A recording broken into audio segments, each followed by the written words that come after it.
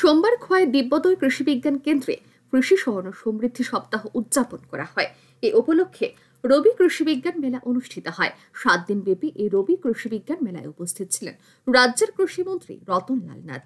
এছাড়াও উপস্থিত ছিলেন বিধায়ক রঞ্জিত দেববর্মা, খোয়াই জেলা শাসক চাঁদনি চন্দ্রন, কৃষি বিজ্ঞান কেন্দ্র বিজ্ঞানী ডক্টর মনোজ সিং সাচান সহ অন্যান্যরা।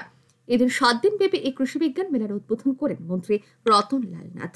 অনুষ্ঠানে বক্তব্য রাখতে গিয়ে মন্ত্রী বলেন, রাজ্যের সর্বমোট আয়তন 10,000 বর্গ কিলোমিটার।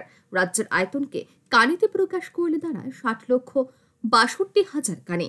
এর মধ্যে 29 লক্ষ কানিতে ফসল ফলে। ধান চাষ হয় মাত্র 15 লক্ষ কানি জমিতে, যা রাজ্যের মোট আয়তনের 24%। কৃষিমন্ত্রী আরও জানান, ধান চাষে রাজ্য স্বয়ম্বর হতে হলে বিজ্ঞান ভিত্তিক আধুনিক চাষ প্রয়োজন। তিনি আরও জানান, এই মুহূর্তে ধান চাষে রাজ্য স্বয়ম্বর না হলেও ধানের বীজ উৎপাদনে রাজ্য স্বয়ম্বর। কেন্দ্র সরকার এর জন্য শংসাপত্র প্রদান করেছে। রাজ্যে প্রতি বছর 2,000 মেট্রিক টন ধানের বীজ প্রয়োজন, আর ধান উৎপন্ন হয় 3,000 মেট্রিক টন। তিনি আরও জানান, ধানের বীজ উৎপাদনে স্বয়ম্বর ত্রিপুরা রাজ্যকে উত্তর পূর্বাঞ্চলে মিজোরাম এবং মণিপুরের উৎপন্ন হওয়া ধানের বীজের গুণমান পরীক্ষা নিরীক্ষা করার দায়িত্ব দেওয়া হয়েছে। কেন্দ্রীয় সরকার এই দায়িত্ব ত্রিপুরাকে দিয়েছে বলে জানান কৃষিমন্ত্রী রতনলাল নাথ। ধানের বীজের ক্ষেত্রে আমরা স্বয়ম্বর। আমরা আমাদের কতটুকু বীজ লাগার কথা?